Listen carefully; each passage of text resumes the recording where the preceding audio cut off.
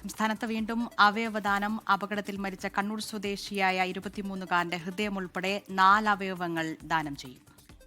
Kannur Aster മിംസിൽ ശസ്ത്രക്രിയ നടപടികൾ ആരംഭിച്ചു. 9 മണിയോടെ ശസ്ത്രക്രിയ പൂർത്തിയാകും. ഹൃദയം കണ്ണൂരിൽ നിന്ന് എയർ ആംബുലൻസിൽ കൊച്ചിയിലേക്ക് കൊണ്ടുപോകും. 48 വയസ്സുകാരനായ മലപ്പുറം സ്വദേശിക്കാണ് ഹൃദയം മാറ്റിവെക്കുന്നത്. വർഷ ഗിരീഷാണ് കോഴിക്കോട് നിന്ന് വിവരങ്ങൾ പങ്കുവയ്ക്കുന്നത്. വർഷ, ഇതാ വീണ്ടും സംസ്ഥാനത്തൊരു അവയവദാനമാണ്. ആ കുടുംബത്തിനെ സംബന്ധിച്ച് ഏറെ ദുഃഖകരമായ കാര്യമാണെങ്കിൽ പോലും മറ്റ് 4 പേർക്ക് ജീവൻ രക്ഷപ്പെടുത്താനുള്ള ഒരു മാർഗം കൂടി നടത്തിയിരിക്കുകയാണ് ആ കുടുംബം, അല്ലേ?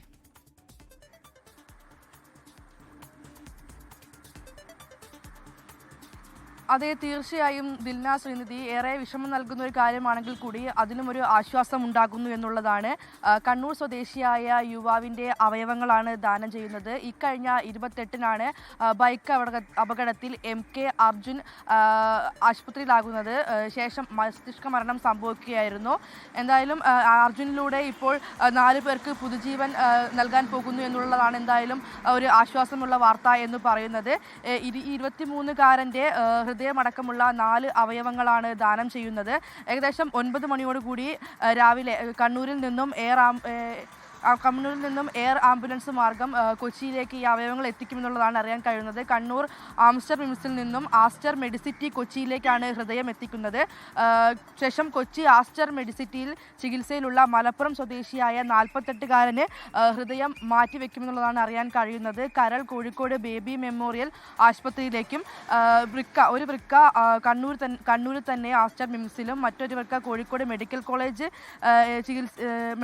ചികിത്സയിലുള്ള രോഗിക്കും ദാനം ചെയ്യുമെന്നുള്ളതാണ് നിലവിൽ അറിയാൻ കഴിയുന്നത്. എന്തായാലും 5 മണിയോട് കൂടി ഇതിനായുള്ള ഓപ്പറേഷൻ നടപടികളെല്ലാം തുടങ്ങി എന്നുള്ളതാണ് ലഭിക്കുന്ന വിവരം. ഇനി 9 മണിയോട് കൂടി ഇത് എയർ ആംബുലൻസ് വഴി കൊച്ചിയിലേക്ക് കൊണ്ടുപോകും. എന്തായാലും വളരെ ദുഃഖമുള്ള വാർത്തയാണ്. ഒരു ചെറുപ്പക്കാരനായ യുവാവാണ് മരിച്ചിരിക്കുന്നത്.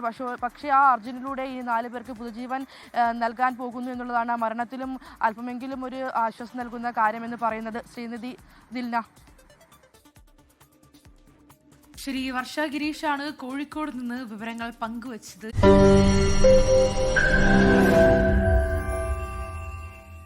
ലോകത്തെവിടെയായാലും ഏത് സമയത്തും 24 വാർത്തകളും ഓഗ്മെന്റഡ് റിയാലിറ്റി പാക്കേജുകളും എക്സ്പ്ലെയിനറുകളും വിശദമായി കാണാൻ ഞങ്ങളുടെ YouTube ചാനൽ നിങ്ങൾക്ക് സബ്സ്ക്രൈബ് ചെയ്യാം.